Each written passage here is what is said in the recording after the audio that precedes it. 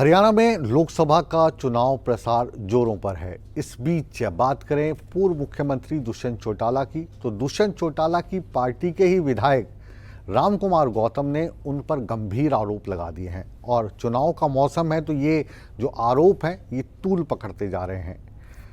दादा ने दुष्यंत चौटाला पर जो आरोप लगाए हैं उनकी सच्चाई क्या है ये जानने की कोशिश है। और जो जीरो टॉलरेंस की नीति सरकार बार बार अलग अलग मंच से बताती है, गिनवाती है, अगर दुष्यंत चौटाला इन आरोपों में घिरते हैं, उन पर ये जो आरोप हैं साबित होते हैं, तो जो हरियाणा की सरकार है वो इस पर क्या कार्रवाई करेगी, विस्तार से जानते हैं इस रिपोर्ट में।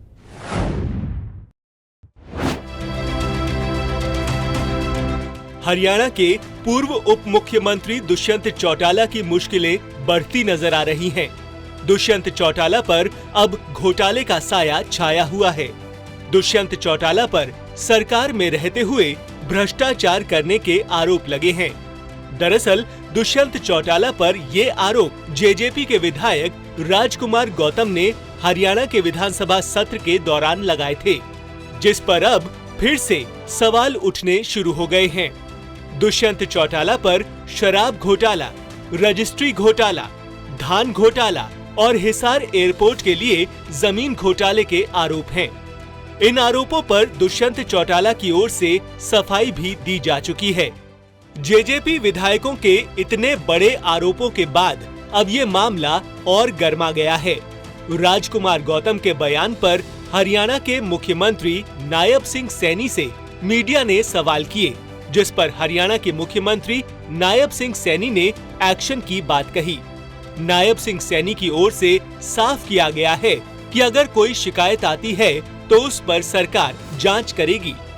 जो मेरे सिंबल के ऊपर वो चुन करके आए और वही मेरे विधायक मेरे ऊपर भ्रष्टाचार को लेकर के उन्होंने उसके ऊपर भला बुरा कहा है, उसको समझना चाहिए।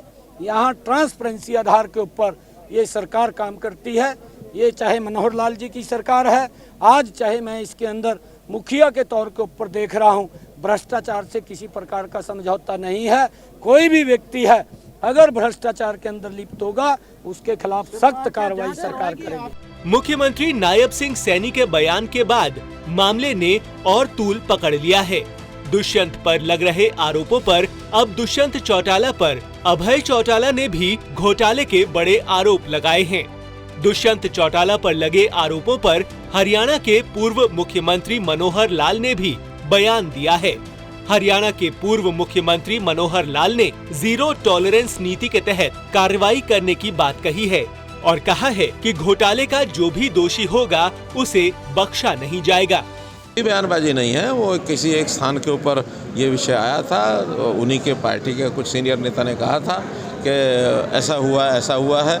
अब उसके अंदर जो कुछ है वो भी सरकार में साझे थे।